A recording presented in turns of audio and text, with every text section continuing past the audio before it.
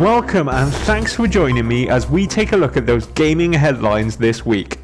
If you thought that with E3 being just a few days away, honestly, I'm so excited. I'm like a 5-year-old kid before Christmas Eve here. That the week's gaming news may have dried up a little bit, well then you could not have been more wrong. This week has seen a flurry of game announcements and leaks. Those PR teams must have been working some serious overtime. So with so much news to discuss, let's not waste any more time. First up on my list of announcements that caught my eye this week is Homefront The Revolution. Homefront Revolution is a sequel to the original Homefront that was released in 2011 by THQ. The original Homefront in large part can be blamed for the downfall of the developer and publisher THQ, as its release was met with middling reviews and poor sales, which really is a shame, as it was one of the few big budget FPS titles to actually change up that FPS formula slightly and see you take the role of a member of the Resistance opposing those all-powerful foreign invaders. Well, Revolution, now being developed by Crytek UK following their acquisition of the license from THQ, certainly looks set to continue this theme, taking control of the Resistance. This first-person open-world shooter takes place in Philadelphia, 4 years since North Korea took control of America. Through both cooperative and solo play, you'll be tasked with building up your own resistance and fighting your foreign oppressors, using guerrilla tactics, establishing bases, and of course recruiting your own fellow revolutionaries to help fight your cause. Crytek have certainly established themselves well. Previous FPS titles, such as the Crysis series. The Crysis games offered a variety of different ways to take on the enemy, and certainly encouraged the player to take the indirect approach when going about their business.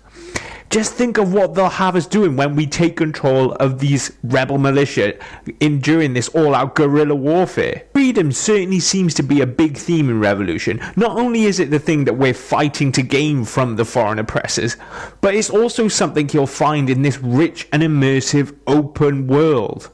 The world of Revolution is set to be a true, living, breathing experience, set between the ghetto-like Philadelphia and the Badlands, a red zone that surrounds the city, where you will form the seeds of your revolution. All of this powered by the CryEngine, I'm sure you'll agree, is a mouth-watering prospect.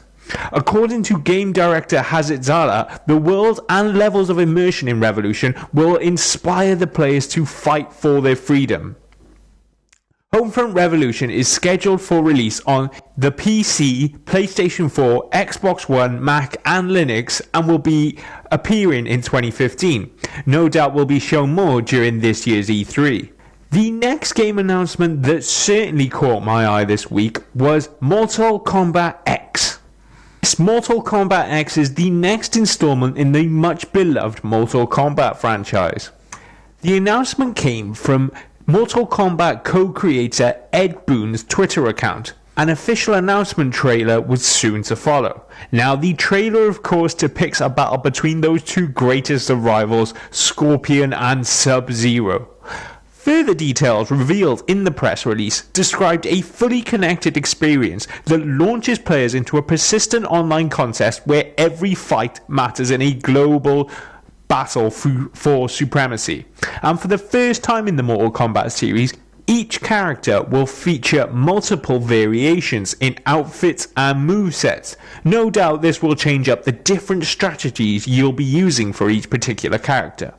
Mortal Kombat is yet another game slated for a now very busy looking 2015 and will be released on the PC, PlayStation 4, Xbox One, PlayStation 3 and the 360, with more details to be shown during E3.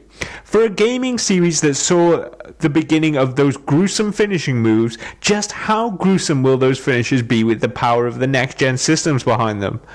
I'm not sure if I'm all that eager to find out.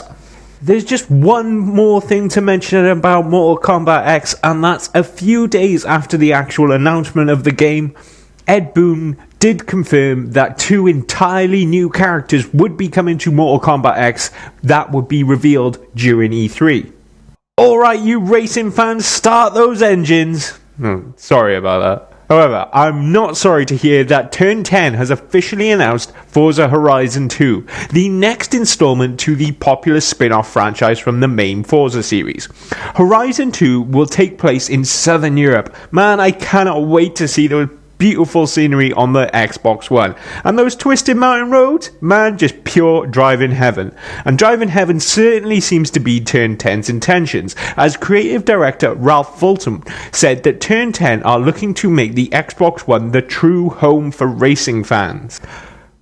Forza Horizon 2 will feature an all-new weather system and the Drivatar technology, or I'm not sure how to say that, Drivatar technology that we saw in Forza 5 will be making a return. Now, correct me if I'm wrong, but Forza 5 certainly wasn't met with this praise that previous Forza games have received. So hopefully Horizon 2 will certainly be scratching that itch for those hardcore racing fans on the Xbox One. Horizon 2 has been scheduled for a release during the fall of 2014, and Playground Studios will be developing the Xbox One edition, while the Xbox 360 port will be under development by Sumo Digital.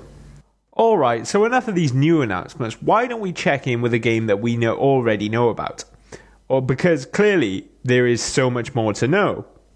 Polish developer CD Projekt Red, who they themselves previously in the week had been praised by Mr. Barack Obama himself, held a live-streamed press conference through everybody's favourite digital retailer of those classical titles, goodoldgames.com, to offer up more details about The Witcher 3. The stream was scheduled to begin at 7 PM, yet it seemed that CD Projekt Red simply couldn't wait that long to spill the beans on what they had to show us, as artwork of the pre-order edition of the game, including those pre-order bonuses, was leaked hours before the stream. Now, these bonuses include a game map, the official soundtrack, a pack of stickers, and an instruction manual. And the box art itself had a picture of Geralt looking very angry indeed on it. During the stream itself, CD Projekt Red revealed that The Witcher 3 would be getting a release date of February the 24th of 2015 and will be coming out on the PlayStation 4, Xbox One, and the PC. Both a standard and collector's editions are currently available for pre-order, and the collector's edition contains everything that I previously mentioned that comes in the standard pre-order edition, as well as a hand-painted figure of Geralt battling a griffin, a 200-page art book, a nice shiny steel book box, a massive collector's box to keep all of your sweet Witcher 3 swag in, and a collector's grade Witcher medallion. Now, pre-ordering the game through Good Old Games will also give you 2 beta keys to the Witcher adventure game multiplayer closed beta that will be coming out this summer. It'll also give you a nice little discount on the overall price of the game in comparison to some other retailers. We also finally got to see yet more gameplay footage. The Witcher E3 trailer, The Sword of Destiny, was shown during the stream. And man, this game simply looks fantastic. Gameplay-wise, graphically, the trailer had it all. Everything very impressive to show. And those of you who played The Witcher 2 will certainly be pleased to learn that Triss is making a return. I urge you to seek this trailer out, because nothing has me counting the days down to 2015 more than The Witcher 3, and this trailer certainly explains why. Interestingly, during the stream, CD Projekt Red also announced that Good Old Games would be getting its own independent gaming client similar to Steam, called Good Old Games Galaxy. Now, Good Old Games shares many features with similar gaming clients, like you'll be able to interact and share with community and friends. It'll also track achievements and such, but unlike other gaming clients, Good Old Games Galaxy won't require a constantly online connection. And of course, it's DRM free. Man, oh man, this week has simply been stacked with breaking news, and we haven't even gotten to E3 yet. Hopefully, this is because the developers and publishers alike have simply got so much exciting stuff to show at E3 that, they're trying to get all of this boring stuff out of the way. Of course, I'll be filling you in with E3 news, So be sure to join me for a summary of each of the show's major press conferences. Yes, that does even include the Nintendo Direct. And during the show, I urge you to visit expansivedlc.com, where we will certainly be keeping you up to date with all of the breaking news coming out of E3. Now, you can follow me personally at xbenblasterx, where I tweet regularly about all things video games, and of course follow at expansivedlc. But for now, guys, I've been Ben Monroe. Thanks for joining me, and tune in for more news of the week next week.